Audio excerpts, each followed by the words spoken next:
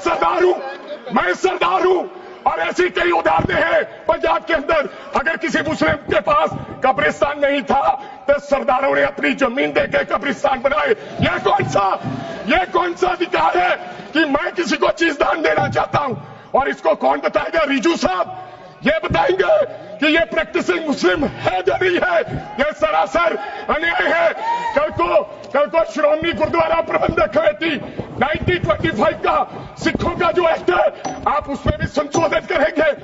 आप जानबूझकर इनको अपनी लात के नीचे से दबाना चाहते हो, इनकी छाती पर चढ़ना चाहते हो, जानबूझ के मुसलमान को मारना चाहते हो, जानबूझ के इस देश में मिनॉरिटीज को खत्म करना चाहते हो। अगर वक्फ बोर्ड नहीं छीनोगे, अगर जमीनें नहीं छीनोगे तब तक मुसलमान आपके सामने झुकने वाला नहीं है।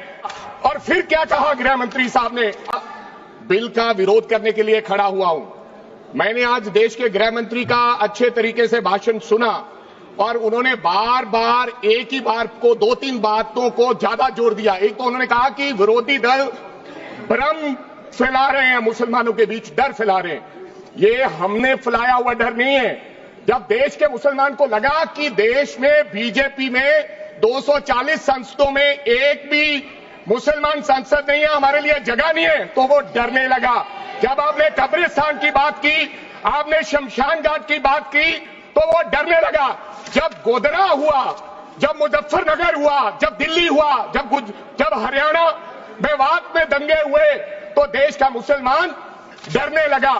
और फिर क्या कहा गृह मंत्री साहब ने? आज गृह मंत्री साहब ने कहा कि 2013 का बिल अगर नहीं आता, यूपीए नहीं लेकर आती, तो आज इस बिल की जरूरत नहीं थी। क्यों बिल लाए? क्योंकि आपको पता चल गया कि देश का मुसलमान हमारा साथ नहीं दे रहा।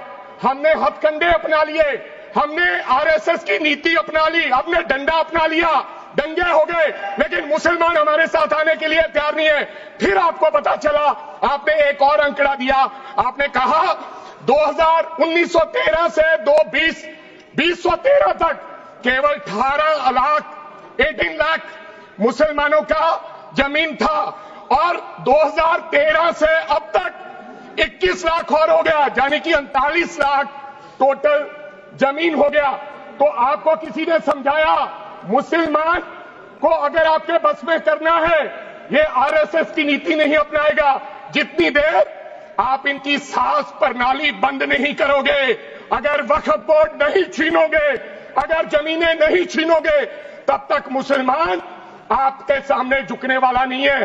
जैसा आपने पंजाब में करने की कोशिश की, किसान झुका नहीं, पंजाब के लोग नहीं झुके, सिख नहीं झुके, तो आपने एमएसपी का झगड़ा आज तक डाला हुआ है कि किसान की सांस प्रणाली बंद कर दो, तो पंजाब